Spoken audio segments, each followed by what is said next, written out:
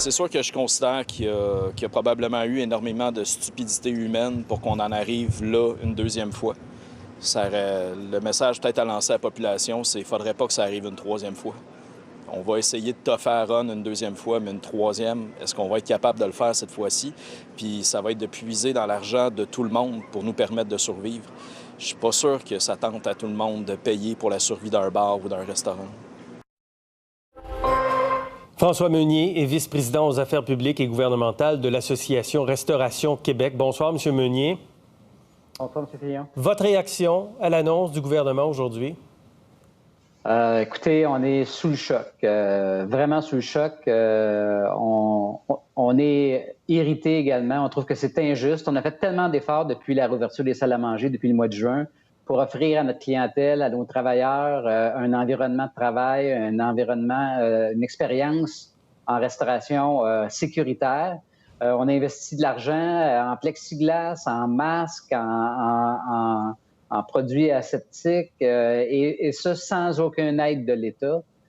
Et là, de voir aujourd'hui, de devoir se reconfiner, de devoir fermer nos salles à manger, c'est extrêmement frustrant pour nos membres. Parce que l'essentiel de tous les restaurants, la grande majorité des restaurants appliquaient à la lettre toutes les modalités, toutes les consignes qui étaient demandées par le gouvernement?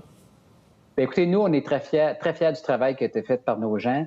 Bien sûr, il y a des cas d'exception, mais le gouvernement a les moyens d'assurer une surveillance par les policiers, par la santé publique dans un environnement comme un restaurant, ce qui n'est pas le cas des maisons.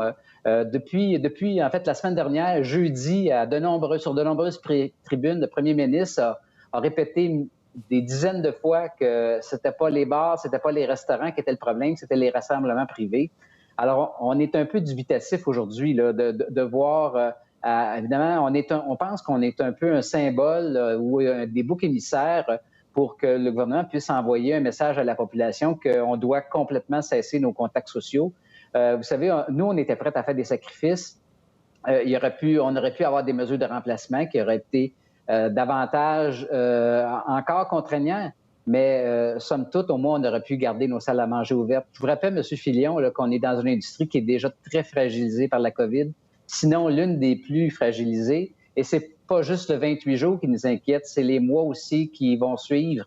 Le mois de novembre, c'est jamais un bon mois. Le mois de décembre, c'est le meilleur mois pour la période des fêtes. Qui, dans les entreprises, va inviter des clients ou du personnel à souper au restaurant en décembre 2020? Alors, pour nous, c'est déjà une période qui était oubliée et on est très content d'entendre le premier ministre dire que finalement, il va y avoir des mesures d'aide parce qu'on va en avoir besoin. Vous avez besoin de mesures d'aide. Vous demandez quoi précisément en termes d'aide?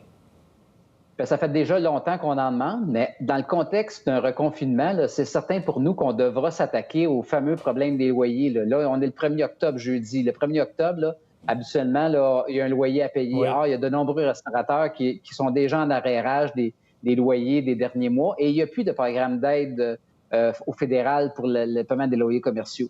On devra aussi empêcher l'expulsion pour non-paiement de loyer. On est au Québec la seule province à ne pas avoir finalement réussi à faire passer ça.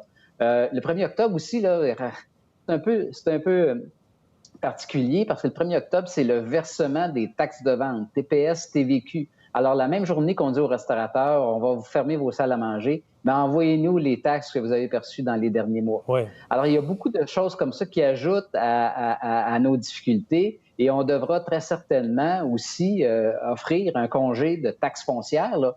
On a été fermé 3 mois, les mois d'avril, mai, presque juin au complet, et là, on nous referme un autre mois complet. Absolument. Ça fait 4 mois sur 12 mois. Combien de restaurants ont fermé, M. Meunier, depuis le début de la pandémie, définitivement?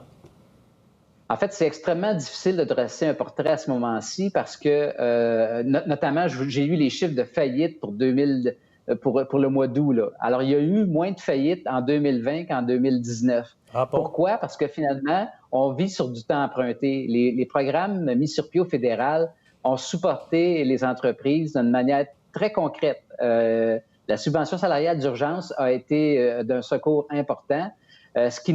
Et finalement, quand on regarde un peu la la performance de la saison estivale 2020 sur le plan touristique. Les Québécois sont restés ici.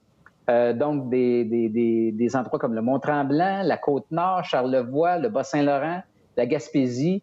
On a sauvé la mise. Il y a beaucoup de gens qui, finalement, ont pu se sortir la tête de l'eau dans le contexte. Mais ce n'est pas du tout le cas de Montréal. À Montréal, quartier des spectacles, quartier des affaires, quartier historique.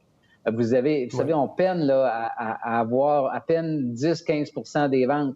Alors, on devra peut-être faire un ciblage au niveau des programmes d'aide.